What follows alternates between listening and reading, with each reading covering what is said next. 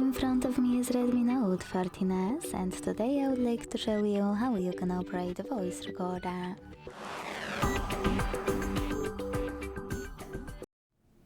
Begin by launching Recorder app and hitting on Allow and while using in all available pop-ups.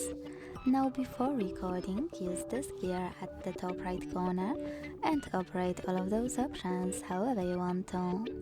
Then go back and click on this red button at the bottom to start.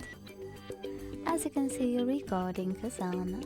To pause it or unpause it, click on this left button.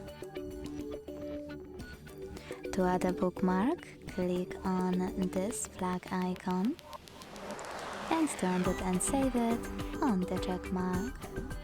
Now to listen to it, click on it, choose Allow, and tap on it again. To manage it, use all of those options and those three dots at the top right corner. You can also go back, hold it on the list, and operate all of them from here.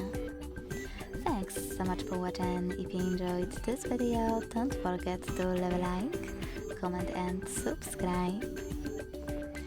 Bye!